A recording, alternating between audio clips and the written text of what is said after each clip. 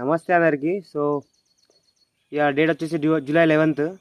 And చాలా వరకు ముందుగా నారు పోసుకున్న వాళ్ళు నాటికి రెడీగా ఉన్నారు. అండ్ ఇప్పుడు నారు అంటే వరాలు పెట్టుకుంటున్నారు. అండ్ మనం అయితే కొంచెం ఒక 4 days 5 days లేట్గా వేస్తాం, అంటే ఒక వారం డిలే ఉన్నాం మనం. So exactly 1 monthకి నాటేసుకోవాలి. అండ్ మనం ఇది ఆల్మోస్ట్ 18th day అనుకుంటా నారు పోసి. సో ఇంకా 2-3 daysలో మనం కూడా మొత్తం మనం మళ్ళీ అన్నీ దున్నియాలి వాటర్ పెట్టుకొని. అండ్ వర్షాలు కూడా పడ్డాయి. అండ్ బావిలో ఇంకా వాటర్ ఫుల్ రాలేదు, చూపెడతా. అది మొత్తం నిండిపోద్ది. ఈ టైంకి మా బావిలో అసలు మొత్తం నీళ్ళు పైన ఇట్లా చేయికి తాకుతాయి అనమాట. ఇట్లా అంటే తాకేలాగా అండ్ పక్క నుంచి వెళ్ళిపోతాంటాయి బయటికి.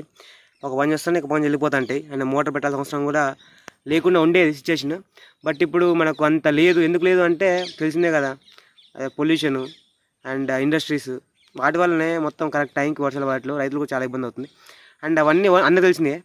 అండ్ ఇప్పుడు మీకు మా బావిలో వాటర్ చూపెడతా. ఇది కూడా అంటే వర్షం పడుతుంది. వర్షం పడ్డాక కొన్ని రోజుల తర్వాత మీకు కూడా అర్థమైద్ది అంటే ఎన్ని వచ్చినాయి వాటర్. చూపెడతా ఒక్క నిమిషం. ఇదే మా బావి. అండ్ అక్కడ పిచ్చుక గూళ్ళు ఉన్నాయి కదా, అవి చెట్టు కొట్టద్దు అనుకున్నా, కానీ ఆ పిచ్చుకలు గూళ్ళు పెట్టుకున్నాయి కష్టపడి. మనం కొట్టేస్తే మళ్ళీ అవి ఎక్కడికి వెళ్ళిపోతాయి అని చెప్పి ఆలోచించి వద్దనుకున్నా. అండ్ అది డ్రమ్ ఉంది కదా, డ్రమ్ దగ్గర మోటార్ ఉంటుంది, వాటర్ మన నీళ్ళ మోటార్ మనది. అండ్ అక్కడ ర్యాంప్ ఉంది, అది ర్యాంపు. అండ్ ఆ ర్యాంపు మామూలుగా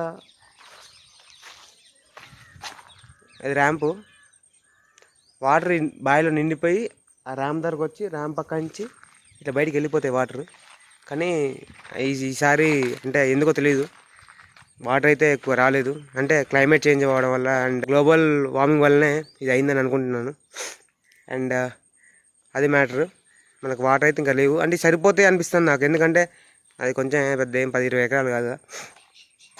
సో మీకు జిలుగులు గురించి చెప్పాను కదా, జిలుగులు వేస్తే ఎలా ఉంటుంది అంటే మామూలుగా మా నాన్నకి కనబడేది నా పొలం అనమాట. నేను కనబడుతుంది కదా నా పొలం. నేను జిలుగులు ఏం పోయలేదు, అంటే జిలుగులు పోస్తే ఎలా ఉంటుంది అని చెప్పి చూపెడతా. జిలుగులు అంటే మా పక్క పొలం వాళ్ళు పోసారనమాట. అవి ఎట్లుంటే చూపెడతా మీకు, చూడండి. అంటే మీరు చూసేది మొత్తం జిలుగులు అనమాట. అండ్ ఇంకా వరాల మట్టి మొత్తం మందు కొట్టుకున్నారు. ఎందుకంటే వరాల మీద గడ్డి ఉంటుంది కదా, ఆ గడ్డి మళ్ళీ ఎక్కువ పుట్టకుండా అండ్ వరాలు రేపు చెక్కేటప్పుడు ఈజీగా ఉంటుంది. అండ్ వరాలు పెట్టుకున్నప్పుడు ఈజీగా ఉంటుంది. గడ్డి ఉంటే మళ్ళీ అది పెరుగుతూ ఉంటుంది అండ్ గడ్డి ఎక్కువ పుడుతుంది పొలంలో కూడా. సో అట్లా పుట్టకుండా ఉండడం కోసం గడ్డి మందు కొట్టుకున్నారు. ఇప్పుడు వరాలు అయితే నీట్గా ఉన్నాయి. అంటే మా వరాలు అట్లా ఆగవు. మా వరాలు మందు కొడితే మొత్తం వరాలని పోతాయి. అండ్ ఇవే జిలుగులు, వీటే జిలుగులు అంటారు. మన ఇప్పుడు ఇంకో కనబడుతున్నాయి కదా, చూపెడతాం మీకు. ఇంకా దీన్నే జిలుగులు అంటారు. ఇది చాలా మంచిది అండ్ భూమికి ఇది చాలా ఫర్టిలిటీ ఇస్తుంది అనమాట. దీనివల్ల చాలా ఉపయోగాలు ఉన్నాయి. అంటే మనకు యూరియా దుక్కుమంది అవన్నీ వేయకుండా అండ్ గ్రౌండ్ లెవెల్లో బాగా భూమి ఫర్టిలిటీ పెంచుతుంది. అండ్ మనం చాలా లేట్ అయిపోయినాం. మనం అప్పటికి పోయినా కానీ అయిపోయినాయి కొంతమంది పోయినప్పుడు. మామూలుగా లాస్ట్ సాల్ పెట్టి వదిలేసినాలే కానీ ఇట్లుంటుంది. అండ్ ఇది పువ్వు వస్తుంది పైన, అండ్ ఇంకో ఫ్లవర్స్ వచ్చి పడుతుంది. ఇంకో చెట్టుకి ఫ్లవర్ ఉంటుంది. ఇట్లా ఫ్లవర్ వచ్చే మూమెంట్లో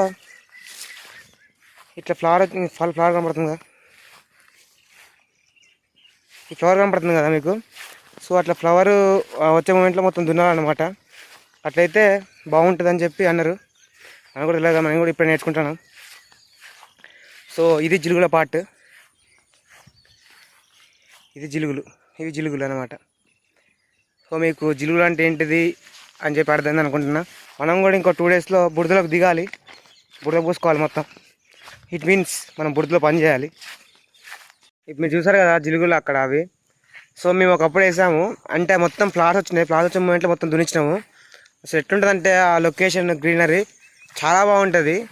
అండ్ పొలం దున్నేటప్పుడు కూడా ట్రాక్టర్ ఇట్లా సాల్ వచ్చేటప్పుడు కూడా చాలా బాగుంటుంది. అంటే అది ఎక్స్పీరియన్స్ చేయాలి ఎవరైనా.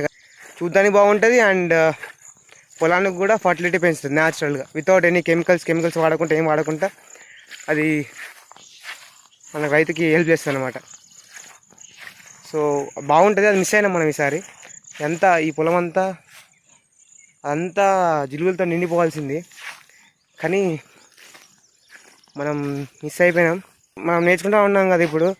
ఒక్కసారి అన్నీ నేర్చుకోము, పడతాం లేస్తాం మళ్ళీ ఏదో ఒక రోజు నిలబడతాం. సో ఆ నిలబడే రోజు కోసం వెయిటింగ్. అండ్ మన పొలం సాల్ పెట్టించినాం కదా, ఇంకో 2 డేస్లో ఇది కూడా మొత్తం బుడద బుడద అయిపోద్ది. ఇది మన నార్మడి అండ్ దీనికి 18 డేస్ ఇప్పటికి. అండ్ చిన్ననే ఉంది, ఇంక ఎక్కువ పెరగలేదు. అండ్ ఇంకా ఒక 12 డేస్ ఉంది కదా, 12 డేస్లో బాగానే హైట్ పెరుగుద్దేమో అనుకుంటున్నా. వెయిట్ చేద్దాం, బాగా పెరిగేస్తుంది. అండ్ తొందరపడి ముందే వేసినా కానీ నాటు సరిపోదు. కొంతమంది నారు పెరగకముందే వేస్తారనమాట నాటు.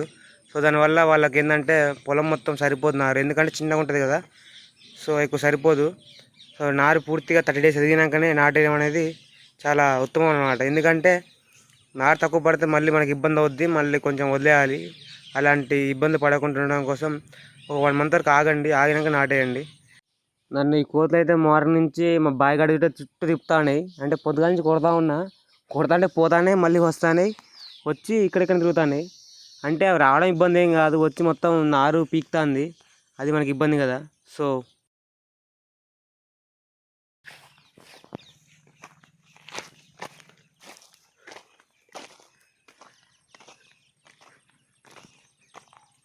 సో మ్యాటర్ ఏంటంటే కోతులు ఉన్నాయి కదా, నేను ఫస్ట్ అక్కడ కూర్చున్నా, అంటే అక్కడ స్టార్టర్ ఉంది కదా అక్కడ కూర్చున్నా. సో అక్కడ కొడితే అవి గుండ్రంగా తిప్పుకొచ్చి మళ్ళీ అక్కడికే పోయినాయి. అట్లుంటుంది కోతులతోటి హడావిడి. అసలు కోతులు అసలు వచ్చి గడ్డి పీక్కొని తినడం ఏందో నాకు అర్థం కావట్లేదు. అంటే కోతులు గడ్డి తింటే అని చెప్పి నాకు తెలియదు. అంటే వచ్చి నార్మల్లో వచ్చి నార్మల్ మొత్తం పీకుతానే, గడ్డి పీకుతాంది మొత్తం బయటికి, పీకి కొస్త తింటుంది మొత్తం. అది టేస్టీగా కొట్టచ్చు, టేస్టీగా అనిపించుండొచ్చు. ఎందుకంటే అడవులన్నీ కొట్టేస్తున్నారు అండ్ వాటికి కూడా లేవు కదా తినడానికి ఏం. సో ఇట్లా కోతులతో కూడా ఇబ్బంది అవుతుంది. సో అది వీడియో. Thanks for watching. మళ్ళీ నెక్స్ట్ వీడియో కలుద్దాం. Take care, bye.